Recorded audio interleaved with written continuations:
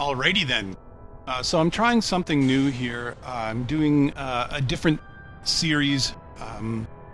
I wanted to showcase some of the stuff that I'm working on. I've had a lot of questions. Two of the top questions are, well, one is how do I make it hover? That'll be a different video. But the other one is why don't you use DB Armory? And the answer to that is basically I had DB Armory for a while, but I never put it on my craft because I wanted to share out the craft without any restrictions. I've had 30,000 downloads in my first year, so that seems to be working.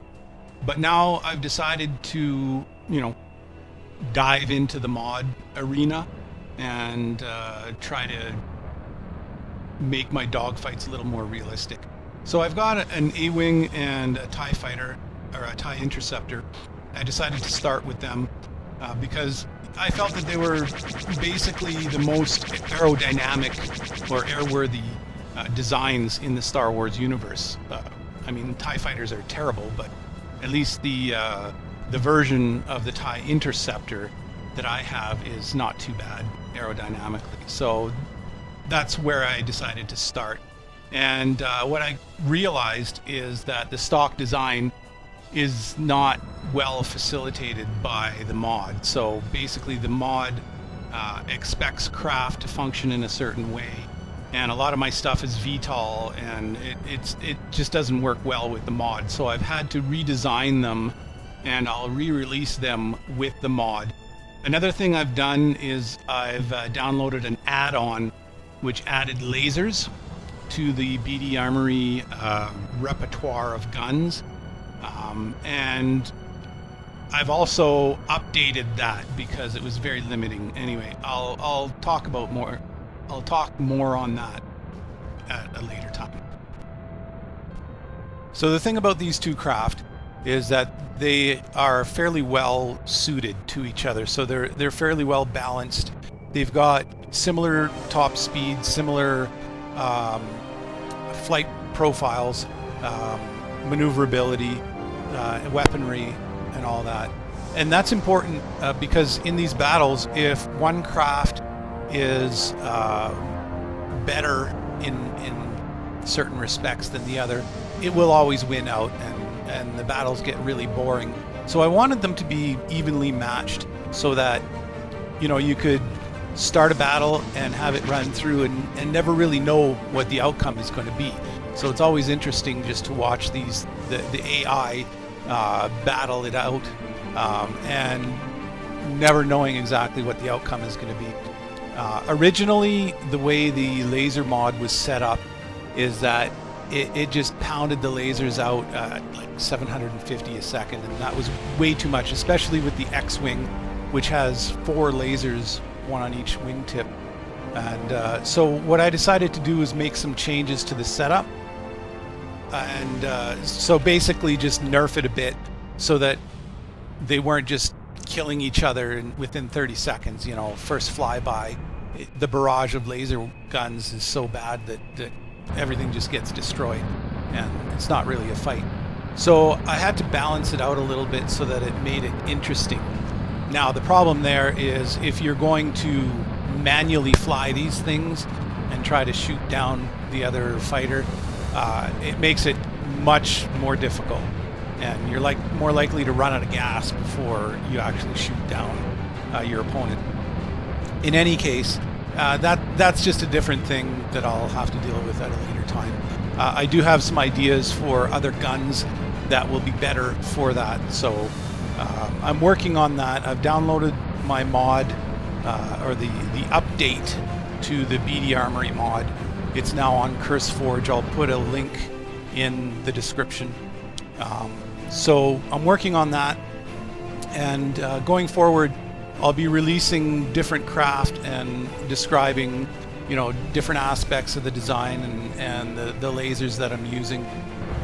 So it should be interesting going forward. So previously when people talk to me about the BDA mod, I would say, well, just download the stock craft and add the mod yourself. Go nuts, right?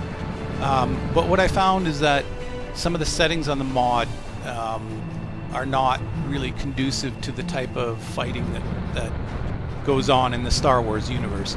So the mod basically sets up, it wants to fly fairly high above the ground, so you're not crashing into the ground trying to avoid, you know, being shot at.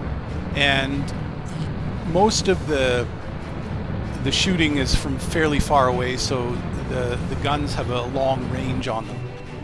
I wanted these craft to be, or the dogfights to be visually interesting, so I've changed some of the settings so that they fly lower to the ground.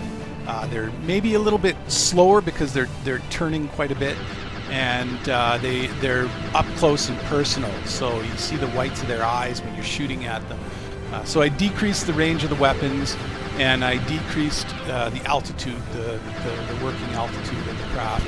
So they do crash into the ground every once in a while. I've edited out all of the scenes where, you know, they crash into each other or crash into the ground or something weird happens. And basically these are the typical dogfight scenes, and because I've kind of nerfed them and changed the settings, these dogfights tend to be fairly long, quite a bit longer. Originally, when I had downloaded the default settings, a fight would last like 30 seconds, and now they're, you know, 3 to 5 minutes long. Sometimes they end up running out of gas before they actually shoot each other down, so that's always interesting. So that's the type of thing that I think needed to be done. And so this is what I'm doing, and I'm re-releasing all of these, at least the fighter craft anyway. I don't know if I'll be adding guns to the capital ship. I am working on large, like, laser cannons that can be mounted on larger ships and do space battles and stuff like that. But I'll see how that works out. I'll see if I can get that actually working. So in the meantime, I'll be doing these dogfights between different craft. I've got the X-Wing and the TIE Fighter up next. Getting the TIE Fighter to actually perform well was extremely difficult, but I really like the way it turned out. And right now, the way this TIE Fighter is set up, I'll release it, but I would say put it up against any craft, and I mean, the fact that the guns are kind of nerfed will put it at a disadvantage. But if you have an equal setup with any craft, I would put it up against any other craft. So it's worth a shot. Anyway, so this is the first video. I'll have an entire series of these videos, and I guess I'll just leave it at that.